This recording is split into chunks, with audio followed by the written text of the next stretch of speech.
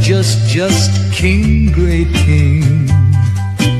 People error, people king, big, just king, king. Happy, many down, many jack, king from right. Just new king, big, great, can, new, happy. The owls are not what they seem, the owls. People very just king, great king. People error, people king, big, just king, king. Happy, many down, many jack, king from right. Just new king, big, great, can, new, happy. The owls are not what they seem. The owls are not what they seem. The owls, people very just king, great king. People error, people king, big, just king, king. King, happy, many down, many jack, king from right. Just new king, big, great, can, new, happy. The owls are not what they seem, the owls. The thing we know about gay babe is that he's a dog, and also it's participatory. And I think there's a difference we have going on, where one side acknowledges it and they participate knowing that it's rigged, right? And then there's this one, the other ones are just participating, they're playing along, they know it's rigged. There's a thing here going on where your acceptance of how to interface with kayfabe, how to participate in kayfabe, whether or not that includes the fact that it's fake and scripted or not, is it play? I don't, like I said, this was the edge of my thinking thinking aloud. So the archetype, at least as far as I can tell, that I'm trying to manufacture as a TV station, as part of mass media propaganda, is that of us as fire ants coming together in small intentionality networks that will eventually achieve synchronic harmony. Hermio. We're into the sea of bullshit, forming small networks that will eventually come online. Now, I don't want to be an ant, but a shitty architect is only. What the hell else do you have out there? Nothing. Hello.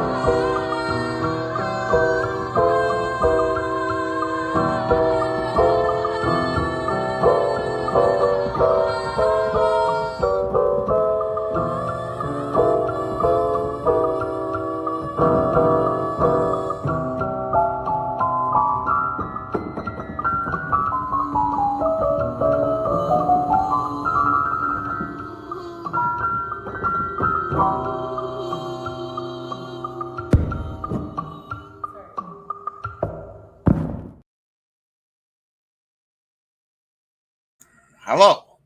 I see the assassins have failed. I'm General Griswold Guy, Scream of the Second LARP Ingression Protocol.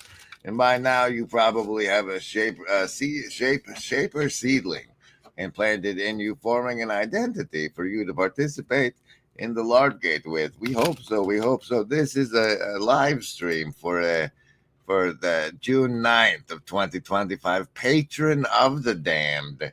Today on your Black Mirror, on your probably your phone or a different one. The other screens count too. That's a 6 of clubs from the casino deck. You guys get savings throws versus mind control. I should do that now, I think. It's a whisper in your ear, now listen here. Remember, embody, it's all so clear. No hidden strings, no puppeteer. We're by your side, have no fear. I cherish truth. I cherish truth.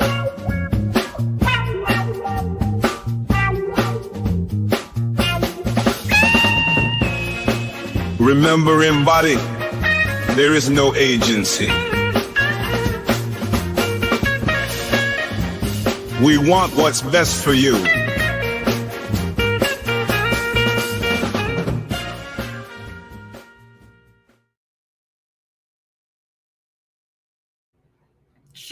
So what happened was we acknowledged that Joe Cross is out there and Neil Daedalus and Afriel Pilotson, all of these people, some of those using their power, their channel membership powers to invoke the Howdy Rascal emoji. Nico's out there, Tunji, and then Franco and PRN. There's Afriel with his little howdy, embody, howdy. Here you go, savings throws versus mind control. You're swimming in it, don't you know? You get the savings throw here if you are willing to make the choice of how you will resist the mind control, and those choices are between your will to survive, your social networks, your accumulated wisdom, or the power of your heart. Survival, social, wisdom, or heart. How will you resist? Choose.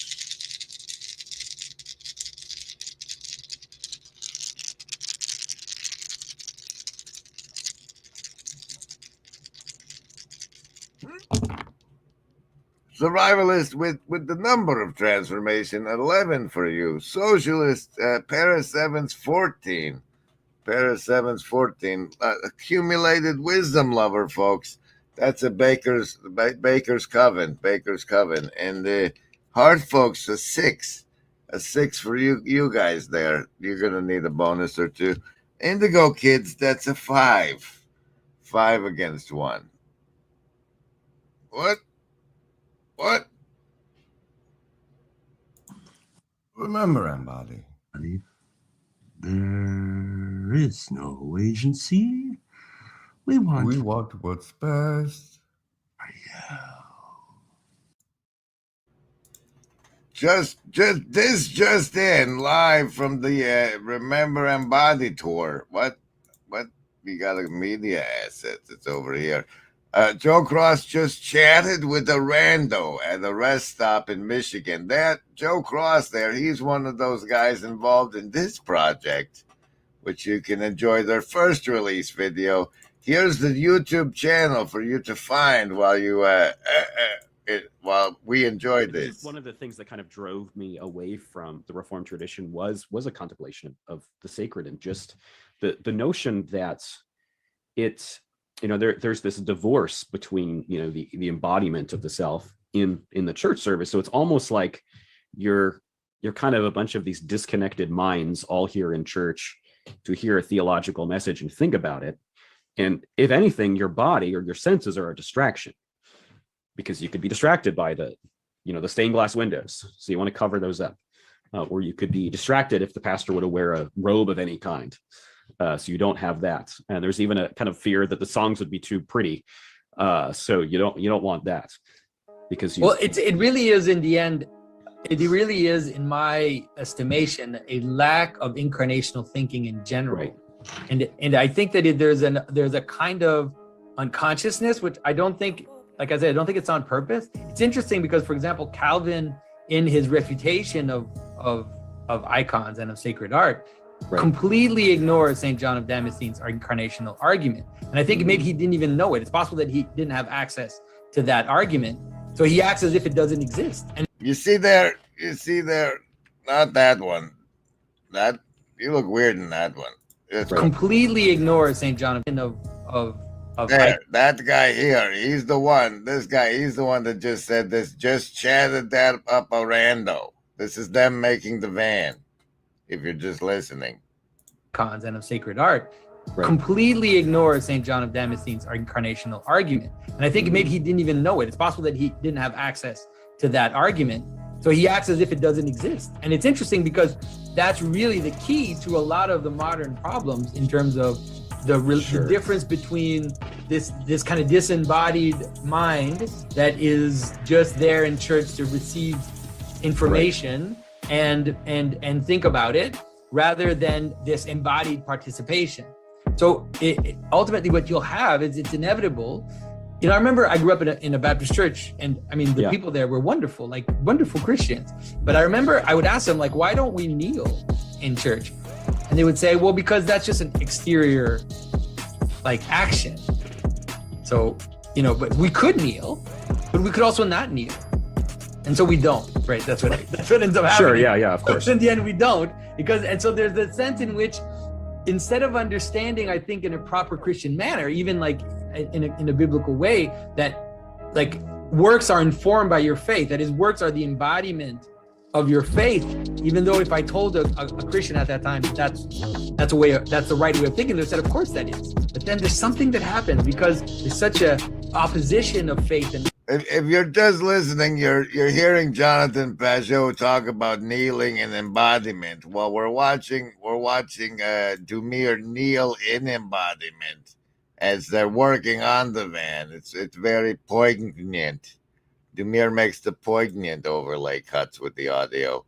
This is the van, and then there's the table of stuff, and then there's more van, and then there's puppy. You speak to someone, try to break the ritual, like do something else, lie down on the ground, start talking to the back of their head, like do all these things that are not expected of you, and see what happens. Like, you will see communion break down. You will see the whole of society break down. And you realize that everything we do, from opening doors to driving cars, are all these kind of ritualized liturgical behaviors. And there is a manner in which we can be hypocritical. And I think Christ is constantly attacking hypocrisy, because there's something about the human person which can, let's say, disconnect the inner and the outer. Yes. And it's part of the fall. But that's the problem.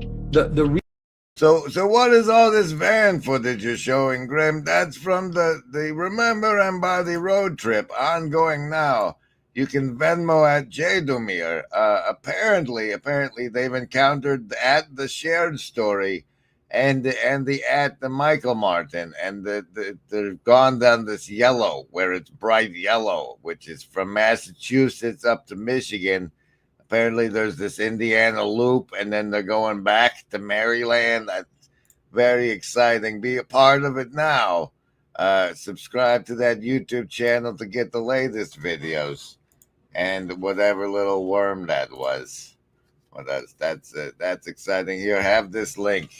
Have a link to estuaryroadtrip.com, which is affectionately known as this is 2 months they're doing this, if fate does not intervene, and we're hoping to have it well documented when fate intervenes. You see, there's a what do you call it,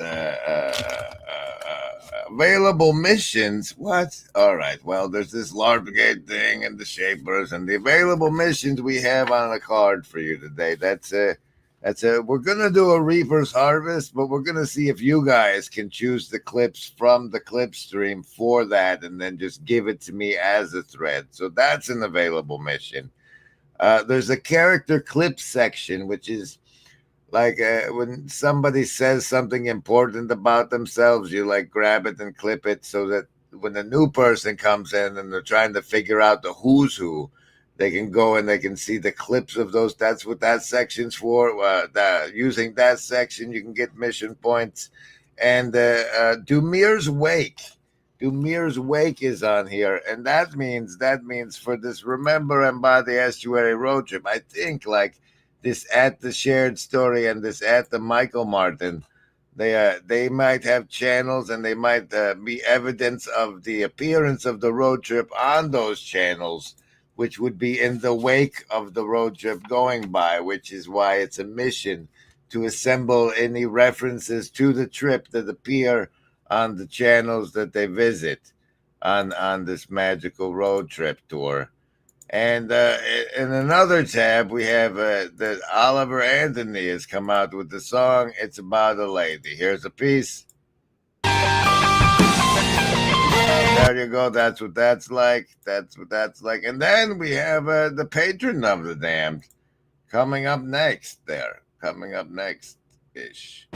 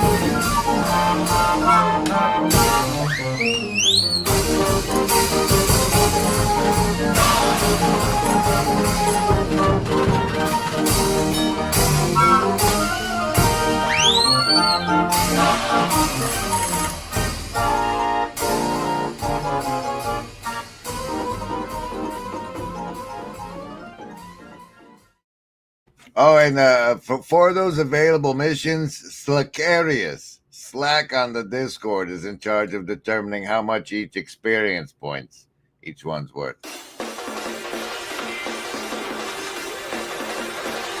LARP! We have the ability to LARP and LARP hard.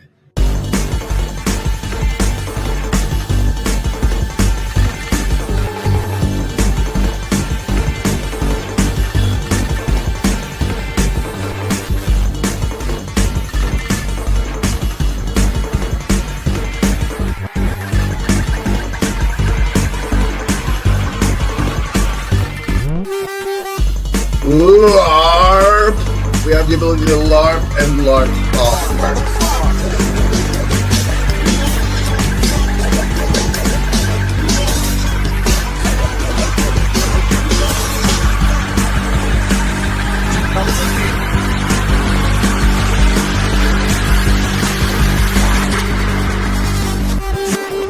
That was a McMo one, I think. I believe that was a McMo masterpiece. I think that was his stylistic impression, signature thereof. Okay. And then also there, with regard to this estuaryroadtrip.com and this Joe Cross guy, if you're still listening, Joe, I think you're gonna have to start a shorts feed or what. Red Church, card of the show, is the king of spades. I think you're gonna have to start a shorts feed, because apparently for us to get footage over here on this on the Remember About the Road Trip channel, like according to this map there, you guys have already stopped 2 places, but we're just getting this footage now of you doing the van back in the day. So apparently your partner is way too much a perfectionist, and we're going to need hot on the road updates from you, Joe, in the form of shorts. I think that's what's going on there. We all know that there is no agency any living gent can see doing what is right for me. Is lifting up my bro so he can grow some eyes to see that doing what is right for me increases all our agency.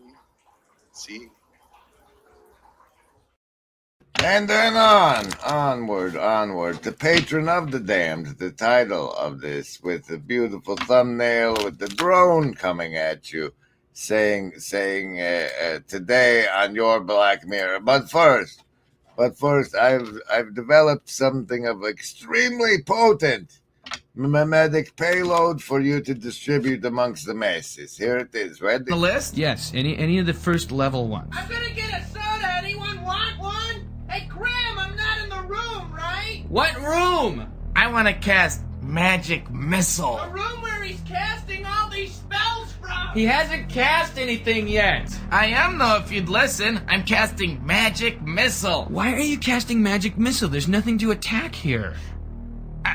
I'm attacking the darkness.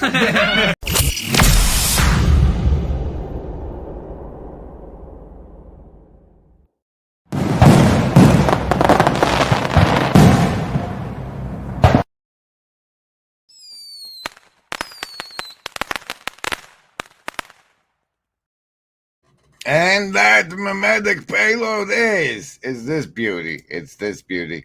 We the people had one job. You see, the origin story for this is while I think that home math provides an excellent service in helping people see the fact that humans mature on multiple fascinating levels, including a social and intellectual and whatnot, and that Ken Wilber somehow turned into an old woman is weird. But the levels part is good, and that he's preaching that is good. But he seems a very angry man about what's happening to his tax dollars, and he needs to. And so, in the vein of helping him see the connection between the tax dollars and our civic duty, this came to mind. See, any of the corruption you found it, or that your representative voted for. Is because we had one job. We had one job as a citizenry. Remember. There is no agency. We want